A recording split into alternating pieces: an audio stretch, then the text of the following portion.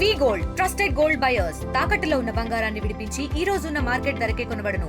మరిన్ని వివరాలకు సంప్రదించండి 7710 సో ప్రస్తుతం మనం ఉప్పాడ ప్రాంతంలో ఏదైతే పునరావాస కేంద్రాలు ఏర్పాటు చేశారో వాళ్ళందరినీ కూడా మనం చూసినట్టుగా ఇప్పుడు మొత్తం కూడా వాళ్ళందరినీ కూడా ఈ ప్రాంతాల్లో ఇక్కడికి తరలించారు. ఎందుకంటే ఈ రాత్రికి తుఫాను రాబోతుంది, మేజర్ ఎఫెక్ట్ జరగబోతుంది. అందుకోసం దీనికి సంబంధించిన ఏర్పాట్లన్నీ కూడా చేశారు.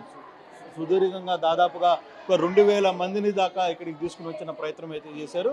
నిన్నటి నుంచి కొంత నిరాకరించిన ఈరోజు మాత్రం ప్రతి ఒక్కరూ పిల్లలు పాపలతో అందరితో కూడా ఈ షెల్టర్ జోన్కి వచ్చి ఇక్కడ చేరుకున్న పరిస్థితి. దీనికి సంబంధించి పోలీసు అధికారులు కూడా పర్యవేక్షణ చేస్తున్నారు. ప్రత్యేకంగా ఎస్పీ ఆధ్వర్యంలో కావచ్చు, ఏఎస్పీ ఆధ్వర్యంలో కావచ్చు, వాళ్ళందరూ కూడా ఇక్కడికి వచ్చి వాళ్ళకి అందాల్సిన భోజన సదుపాయాలు, ఇతర సౌకర్యాలు ఎలా ఉన్నాయి, అవసరమైనవన్నీ కూడా ఏర్పాట్లు చేయడం, దగ్గరుండి వాళ్ళతో మాట్లాడడం, ఈ వ్యవహారాలన్నీ కూడా చూస్తున్న పరిస్థితి అయితే ఉంది.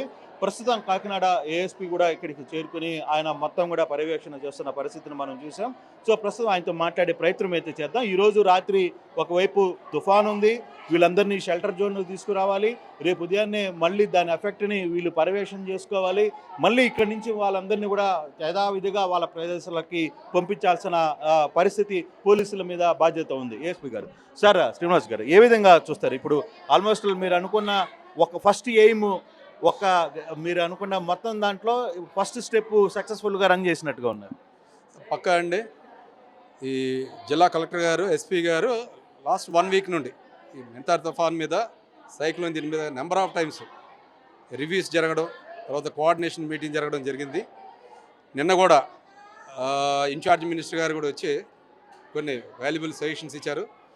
తర్వాత జిల్లా ఎస్పీ గారు, కలెక్టర్ గారి ఉత్తర్వుల మీద ఈ ఉప్పాడ ఏదైతే రిహాబిలిటేషన్ సెంటర్స్ ఉన్నాయో అన్నింటిలో ఈ ఎఫెక్టెడ్ ఏరియాలో ఎవరైతే ఉంటున్నారో వాళ్ళందరినీ కూడా దీనిలో షిఫ్ట్ చేయడం జరిగింది. లాస్ట్ విలేజ్ వరకు కూడా వికేట్ చేసి ప్రాణ నష్టం జరగకూడదు.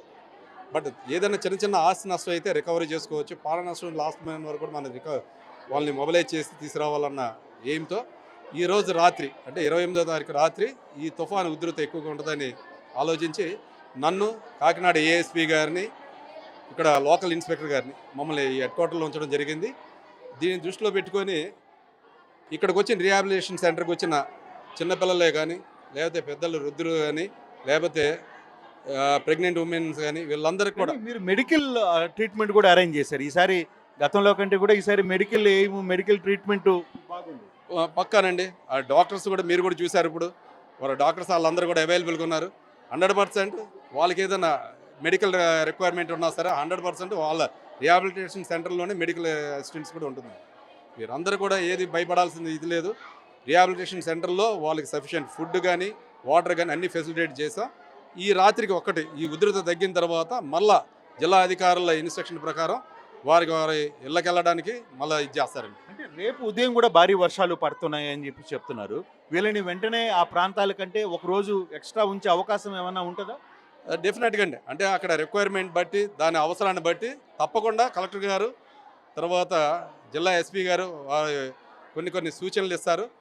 అటువంటి సిచ్యువేషన్ కానీ అక్కడ కాంప్లికేట్ అయితే తప్పకుండా ఈ పునరావాస ఈ కేంద్రాలు కంటిన్యూ చేస్తారండి. బేసిక్గా ఇక్కడ ఈ ప్రాంతం పిఠాపురం డిప్యూటీ సీఎం పవన్ కళ్యాణ్కి సంబంధించిన నియోజకవర్గం. ఆయన ఈ ప్రాంతానికి ఎమ్మెల్యే, ఇక్కడి నుంచే ఆయన డిప్యూటీ సీఎంగా ఉన్నారు.